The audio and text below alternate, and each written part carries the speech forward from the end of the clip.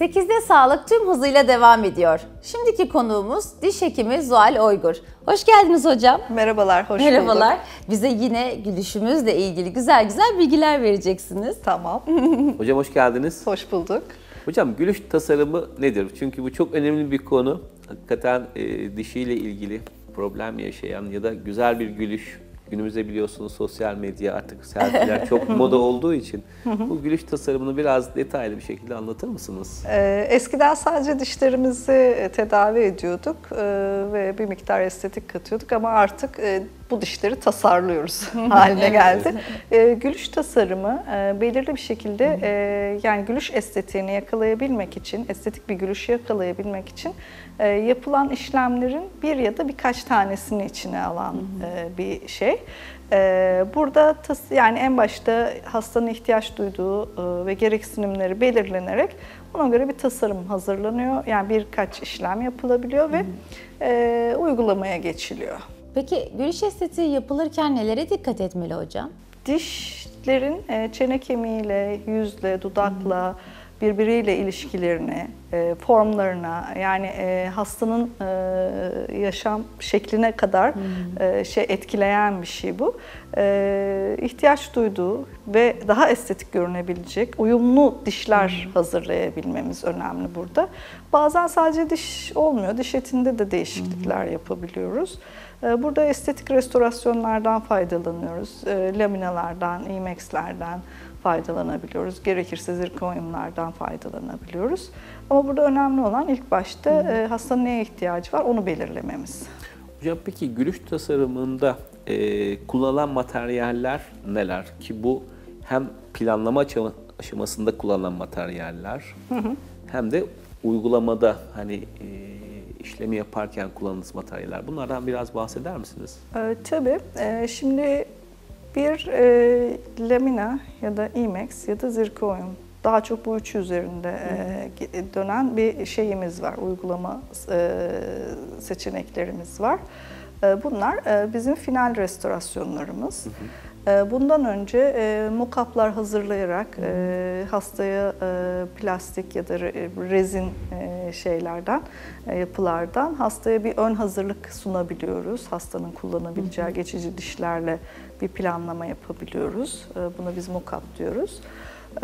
Onun dışında şeyler var, dijital ölçü tekniklerimizde işte fotoğraflarla hastanın ilk yüz ifadesini, ilk dişlerinin görünümünü, işte ilk radyolojik değerlendirmesini yapıyoruz. Sonra bunları hepsini birleştirip uygulamadan önce bir sonuç çıkarmaya çalışıyoruz. Evet. Peki hocam üstüne dediniz ki biraz önce lamineler yapıyoruz en son aşama. Daha sonrasında zirkonyumlar yapıyoruz. Aslında benim merak ettiğim bir konu var. Sizi de bulmuşken hemen sormak isterim. Zirkonyum nedir? Yani çok duyuyoruz şu sıralar. Bununla ilgili bize bilgi verebilir misiniz? Zirkonyum doğada bulunan bir element aslında. Belirli işlemlerden geçirildikten sonra diş hekimliğinde kullanılmaya başladı. Biraz bir geçmişi var. Sık kullanılmaya, yani bir rahat 10 seneyi aşkındır, daha uzun süredir kullanılır hale geldi. Şimdi bu iki aşamalı kullanılabiliyor. Bir zirkonyum altyapı üzerine porselen yapılarak bitirilebiliyor restorasyonumuz ya da full zirkonyumla tamamen hazırlanarak bitirilebiliyor. Bunların önemli özelliği var. Bunlar dijital ortamda kazınarak yapılıyor. Yani bir bilgisayar ortamında yapılması gerekiyor. Bir planlama var ve bir şey var, tasarım var ve bunun üretimi var. O nedenle altyapılar, zirkonyum kesinlikle dijital olarak tasarlanması gerekiyor, hazırlanması gerekiyor. Bu ölçülerin, dişlerin birebir uyumluluğunu arttırıyor. Estetik olarak da işte eski altyapı, metal altyapılarının yerine beyaz zirkonyumlar geldiği için daha güzel bir estetik sağlıyor. Ama tabii ışık geçirgenliği şey kadar değil, IMEX'ler kadar değil. Daha beyaz bir materyal. Dayanıklılığın özellikle önemli olduğu, hem dayanıklılığın hem estetiğin önemli olduğu durumlarda özellikle zirkonyum kromları seçiyoruz. Daha uzun süre kullanılabiliyor. Evet. Diye. Hatta son yıllarda şeyde de daha çok çalışmalar devam ediyor. Full zirkonyum hazırlandığı zaman bu full zirkonyumların önceden estetiği çok iyi değildi. Biraz çiğ bir görüntüsü vardı. Son yıllarda bunu da arttırmaya başladılar. Daha estetik yapmaya başladılar. Çünkü çok dayanıklı. Evet, avantajı da bu aslında değil mi hocam? Evet, çok dayanıklı bir materyal. Yani bizler freze ederken bile aşındıramıyoruz, öyle söyleyelim. Kırılma, çatlama herhangi bir şey olmuyor. Ama estetiği eskiden çok iyi değildi. Son yıllarda biraz daha iyi estetiğe kavuşuyor. Peki zirkonyum nasıl uygulanır? Uygulama ne kadar sürer? Zirkonyum aslında yani normal diş prepare edildikten sonra hazırlanır, işte ölçüleri alınır, laboratuvarımıza gönderiyoruz bunları. Bize 3-4 gün gibi bir sürede hazırlayıp bize geri gönderiyorlar. Uygulanma işlemi, simentasyonu, yapıştırma işlemi var. Artık bazı lamine yapıştırıcıları gibi güçlü yapıştırıcılarla bile yapıştırabiliyoruz bunları. Çok kısa bir sürede o yapıştırıcılarla uyumlandırıp bitirebiliyoruz. Peki dişin o küçültülmesi işlemini implant geldikten sonra mı, yani daha bu zirkonyum geldikten sonra mı yapıyorsunuz, yoksa başta yapıp ona göre En başta. Şimdi aslında zirkonyumları, süreçte, yani sıralamada? Zirkonyumları daha çok arka bölgelerde, ön bölgelerde, belli yerlerde, aşınmaların olduğu yerlerde yapıyoruz.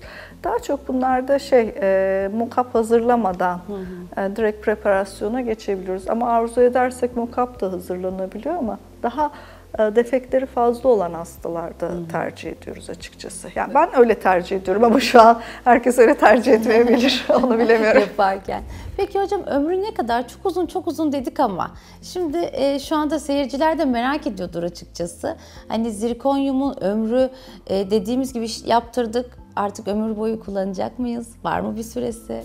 Materyalin kendisine hiçbir şey olmaz. Yani biz gideriz, o kalır. Yani öyle söyleyebilirim. Ama tabii insan faktörü var, kullanım faktörü var, diş eti. Yani dişlerinizde yeni çürükleriniz olmadığı müddetçe, diş eti ile ilgili sıkıntılarınız olmadığı müddetçe ya da yandaki diğer dişler çekilip ya da başka bir planlama yapılmadığı sürece uzun yıllar kullanırsınız. Yani 7 sene olarak belirtiliyor ama 7 senenin üzerinde çok daha fazla kullanımı mümkün. Peki bakımları bunun için önemli mi hocam? Kesinlikle önemli. Yani baktığımız şey, biz zirkonyuma bakmıyoruz. Biz diş etimize bakıyoruz. Diş etimizi koruyoruz ve altındaki dişi korumaya çalışıyoruz. Eğer biz koruyamazsak diş etimiz açılır. Diş etimiz açılınca dişimiz, kök yüzeyimiz ortaya çıkar. Orada da çürük oluşur. Dişte problem olur. Malzemenin kendisi onda hiçbir şey olmaz, ama önemli olan bizim kendi bakımı, her şeyde olduğu gibi. Evet. Hocam, bir de diş beyazlatma tekniklerinden bahseder misiniz bize? Kaç tür teknik var? Hani fırçalama da belki bir diş beyazlatma tekniği. İşte karbonat gibi bir takım hani şeylerle dişin üzerini böyle hani yaparlar. Misvak. Karbonat yapmayın.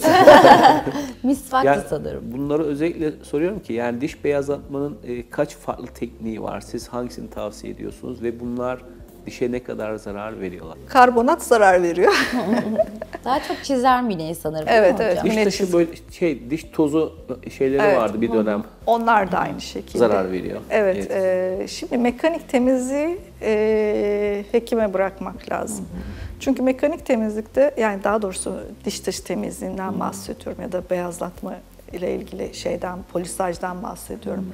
Onun dışında normal diş macunumuzla, fırçamızla temizleyin, hiçbir şey olmaz. Ama karbonat gibi, o diş beyazlatıcı tozlar gibi ürünler minede çiziklere neden oluyor ve aşındırıyor.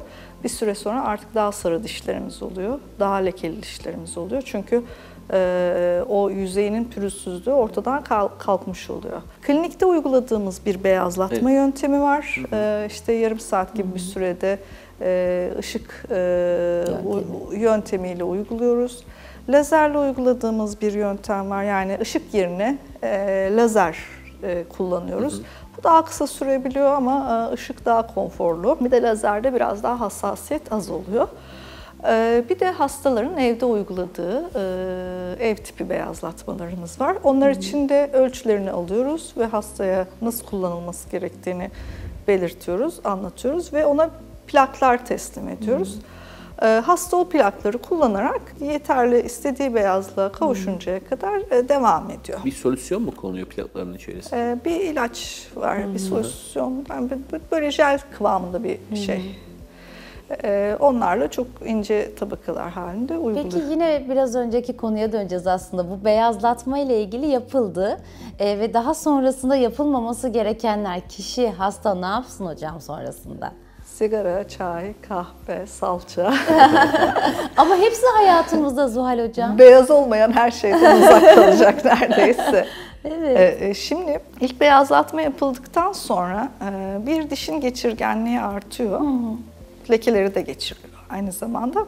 Çok hızlı bir şekilde tüketmeye başlarsak bunları, çay, kahve, sigara gibi şeyleri, daha erken bir renklenme oluşuyor. O yüzden biz ilk dönemlerde 1 hafta 10 gün gibi bir süre bunları bir yasaklamaya çalışıyoruz kendimizce. Kullanılmamasını öneriyoruz. Fakat bir süre geçtikten sonra işte nispeten kullanabiliyorlar. Renklendirici içeren işte salçalı yiyecekler, koyu işte renkli içecekler, işte sigara, çay, kahve, bunların hemen hemen hepsine bir ara vermek gerekiyor. Bunları tüketmemek İnşallah gerekiyor. hastalarınız da gerçekten bunu yaparlar ve çok daha uzun kullanımın gerektiğini farkına varırlar hocam. Ben pazarlık yapıyorum başta bu konuyla ilgili. Ona göre değil. Evet, bunu anlatıyorum. Zaten sizin gibi güzel anlatan bir hocayı dinlememek imkansız diye düşünüyorum hocam. Çok teşekkürler Ben verdiğiniz teşekkür ederim, bilgiler için sağ olun. bugün. Gerçekten bize gülüş tasarımının açıklamalarını, beyazlatma ile ilgili tüm açıklamaları yaptınız. Çok sağ olun. Ağzınıza sağlık. Ben teşekkür ederim. Bugün bizlerle diş hekimi Zuhal Oygur beraberdi ve gülüş tasarımı, zirkonyum ve bilmediğiniz bütün dişle ilgili bilgileri bize ayrıntılı verdi. Ve şimdi 8'de sağlık devam ediyor.